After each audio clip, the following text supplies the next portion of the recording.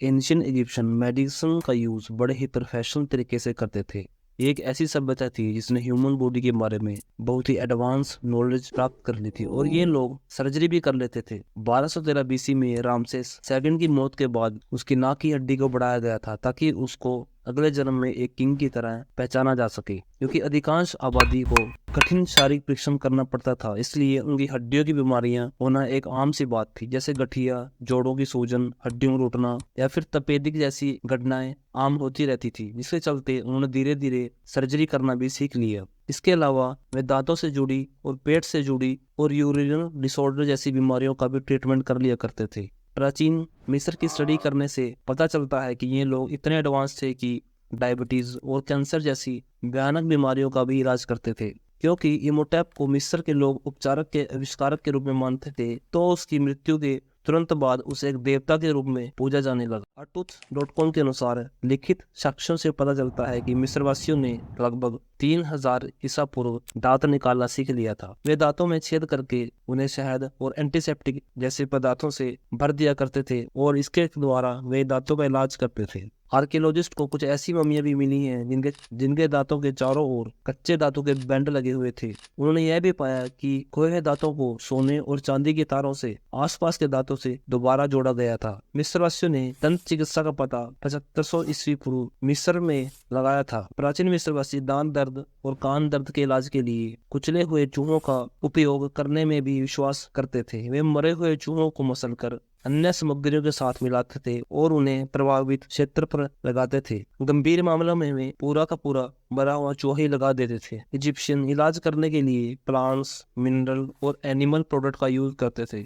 वो जो प्लांट और हर्ब का यूज करते थे वे आज भी यूज किए जाते, जैसे कि अफीम, भांग, लोबान, सौंफ, तेज पत्ता, अजवाइन के फूल, मेहंदी, अलसी और अरंडी का तेल। इजिप्शियन ने सबसे अच्छा काम यह किया कि उन्होंने अपनी सारी रिसर्च को डॉक्यूमेंट किया था। इसके लिए उन्होंने स्टोन, क्ले, पपीरी का यूज किया था। पपीरी एक लिखने का मटेरियल था जिसे पपायरस प्लांट से बनाया जाता था। इन्होंने इसे 3000 बीसी पहले ही इन्वेंट कर लिया था। हालांकि इसमें से बहुत सारे रिकॉर्ड खो गए हैं या नष्ट हो गए हैं, लेकिन बचे हुए दस्तावेज मिस्र के साइंटिफिक एस्पेक्ट के बारे में काफी कुछ बताते हैं। इजिप्शियन जानते थे कि हाइजीन कितना इम्पोर्टेंट होता है। इसके साथ साथ उन्होंने ईटिंग हैबिट पर भी काफी ध्यान दिया। वे healthy food, sport, personal hygiene, daily body cleaning और माउथ वॉश पर काफी ध्यान देते थे। इसके साथ साथ ही म्यूजिक थेरेपी और एम्यूलेट्स का भी प्रयोग बीमारियों को ठीक करने के लिए करते थे। उनकी चिकित्सक पद्धति का एक आकर्षक पहलू रोगियों के इलाज के लिए अफीम या मेंडर पौधे के अर्क के साथ साथ स्लीप थेरेपी का उपयोग करना भी था। प्राचीन मिस्रवासियों को आधुनिक एनेस्थेसिया के विकास से पहले ही बेहोश करने की तकनीक की समझ थी। जिस तरह से उन्होंने घातक बीमारियों का सामना किया वह भी प्रभावशाली था। वे प्राथमिक और मेटास्टिक ट्यूमर का बहुत विस्तार से वर्णन करते हैं। प्राचीन मिस्र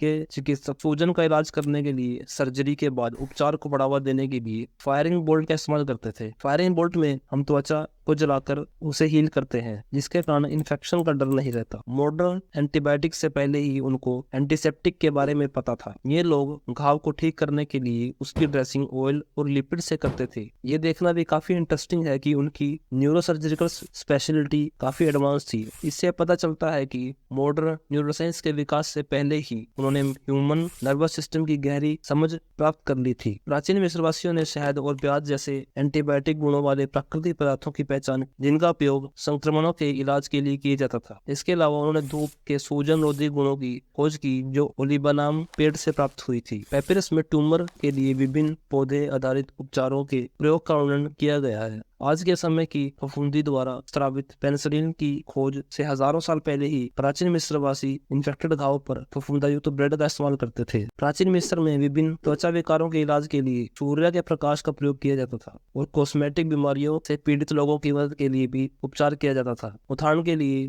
बालों के विकास को बढ़ावा देने के लिए अरंडी के तेल का उपयोग करते थे। उन्होंने यहाँ तक कि झुर्रियों और धब्बों को ठीक करने के लिए एक मरहम बनाया था जो शहद, लाल लैट्रोन, निचले मिस्र का नमक और एलाबस्टर आटे का मिश्रण था। क्लिनजिंग एजेंट के रूप में तेल का उपयोग करने के अलावा प्राचीन मिस्र में साबुन का उपयोग भी काफी अहम था। जैतून के तेल के साथ मिश्रित मिट्टी या राख का पेस्ट शरीर को साफ करने में मदद करता था। त्वचा को पोषक और स्वस्थ भी करता था। लगभग 1500 ईसा पूर्व का मेडिकल पेपिरस प्राचीन मिस्रवासियों के एक और सौंदर्य रहस्य का वर्णन करता है। क्षारीय लवणों के साथ पशु और वनस्पति तेलों का मिश्रण स्पष्ट रूप से न केवल धोने के लिए बल्कि विभिन्न त्वचा रोगों के इलाज के लिए भी उपयोग किया जाता था। अपने शरीर को साफ और ताजा रखने के लिए प्राचीन मिस्रवासी सुगंधित पौधे, फूलों और बीजों के से प्राप्त कई इत्रों का प्रयोग करते थे। उनके सार को दबाकर निकाला जाता था और फिर तरल इत्र बनाने के लिए तेल में मिलाया जाता था। एक क्रीम या मलहम बनाने के लिए सार को वसा या मोम के साथ भी मिलाया जाता था। प्राचीन मिस्र में उपयोग की जाने वाली कुछ सबसे महंगी और शानदार सुगंध द्रव्य अफ्रीका से आयात की जाती थी। लोबान, लोहबान और विभिन्न सुगंधित लकड़ियां समाज के सबसे धनी लोग ही प्रयोग में लेते थे। इतिहास गवाह है कि सबसे शक्तिशाली साम्राज्य भी नष्ट हो जाते हैं। लगभग 1100 ईसा पूर्व में मिस्र का पतन हो गया था। इसके कई कारण थे, जिसमें military power, lack of natural resource and political conflict शामिल थे।